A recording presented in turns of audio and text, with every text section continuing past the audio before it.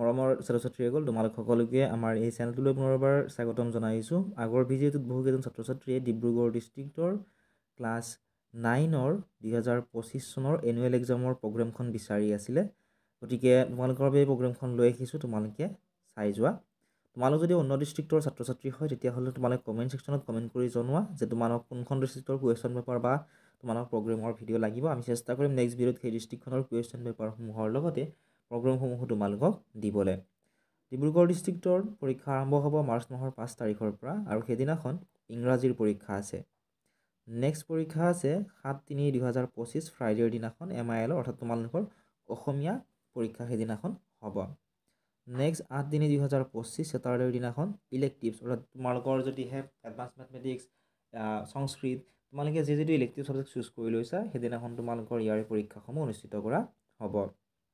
Next তোমালোকৰ 13 তাৰিখে পৰীক্ষা আছে। 13/3/2025 থাৰ্ছডেৰ দিনাখন জেনেৰেল মেথছৰ পৰীক্ষা আছে।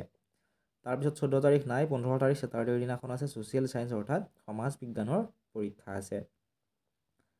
নেক্সট তোমালোকৰ 18/3/2025 টিউজডেৰ দিনাখন, এইদিনাখন তোমালোকৰ আছে জেনেৰেল ছায়েন্সৰ পৰীক্ষা।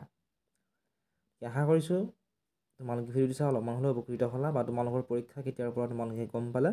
যদি ভিডিঅ'টো চাই ভাল পাইছা, ভিডিঅ'টো লাইক কৰি দিয়াৰ লগতে চেনেলটো ছাবস্ক্ৰাইব কৰি দিবলৈ নাপাহৰিবা। অন্য ডিষ্ট্ৰিক্টৰ কুৱেশ্যন পেপাৰ বা আনচাৰ যদিহে লাগে কমেণ্ট ছেকশ্যনত কমেণ্ট কৰি জনাবা। আমি চেষ্টা কৰিম সেই ডিষ্ট্ৰিক্টখনৰ কুৱেশ্যন পেপাৰ বা উত্তৰসমূহ তোমালোকক কৰি দিবলৈ।